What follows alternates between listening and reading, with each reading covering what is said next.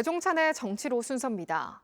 여야가 팽팽한 대치를 계속하고 있고 연휴 기간 의료 공백 우려도 커지면서 추석 민심의 향배에 관심이 쏠리고 있습니다. 황상영 기자가 배종찬 인사이트K 소장과 함께 관련 소식 분석해드립니다. 네, 이제 추석 연휴가 시작되는데요. 여야 지도부가 서울역과 용산역을 찾아 귀성 인사를 했습니다. 소장님, 이렇게 명절 때마다 하는 귀성 인사, 이게 정치적으로 어떤 효과가 있나요? 효과가 있습니다. 정서적 교감 효과죠. 그래도 명절이니까 인사도 나누고 또 손을 흔들면서 국민들과 또 유권자들과 교감하는 스킨십 효과죠. 일각에서는 이런 거 뭐 필요하냐, 형식적이지 않은 이야기를 하더라도 안 하면 또 코빼기도 안 보인다, 서운하다, 정치권이 관심도 없느냐 이런 얘기가 나오기 때문에 그래도 국민들과 명절에 교감하는 효과는 있는 것으로 보입니다. 자, 이번 추석 민심, 밥상머리의 최대 화두는 뭐가 될까요? 경제겠죠.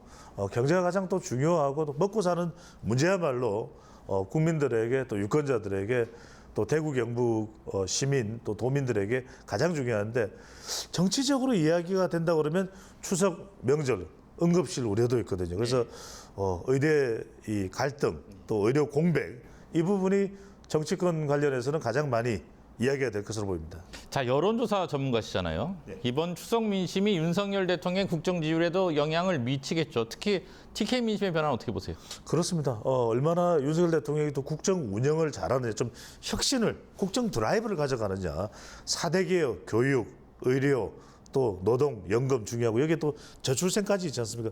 얼마나 대통령이 혁신의 드라이브를 보여주느냐 이 부분도 평가할 수가 있겠고요.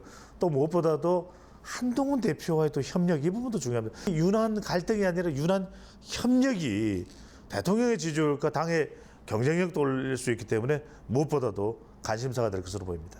네, 말씀하셨는데 윤석열 대통령이 최근에 한동훈 대표와 이른바 친한계 의원들을 지도부를 제외하고 그 여당 지도부와 비공개 만찬을 가진 것으로 전해졌습니다. 이건 어떻게 보세요? 서운한 해석이 될 수 있죠. 물론 이것을 한동훈 대표 따돌리기다라고 이렇게 해석을 하는 것은 또 지나친 또 침소봉대일 수도 있습니다. 하지만 뒷맛은 또 찝찝할 수가 있거든요. 그만큼 한동훈 대표는 추석 명절 이후로 또 만찬을 미뤘는데도 불구하고 한동훈 대표와 가깝지 않은 좀 인물들로 인사들로 구성이 된 만찬을 가졌다. 이렇게 되면 서운한 감정, 이른바 유난 갈등, 또 패싱설, 왕따설이 나올 수밖에 없거든요. 자, TK 정치권도 이제 일제히 지역을 찾을 것으로 보입니다. 어떤 얘기를 가장 많이 듣게 될까요? 지역 발전에 있어서 대구 경북 지역 침체 이런 부분들이 가장 큰 관심사가 될 수밖에 없는 부분이고요.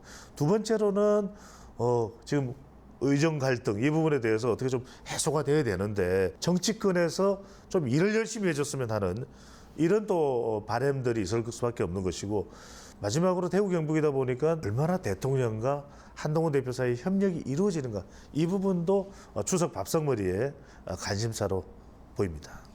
네, 오늘 여기까지 듣겠습니다. 고맙습니다.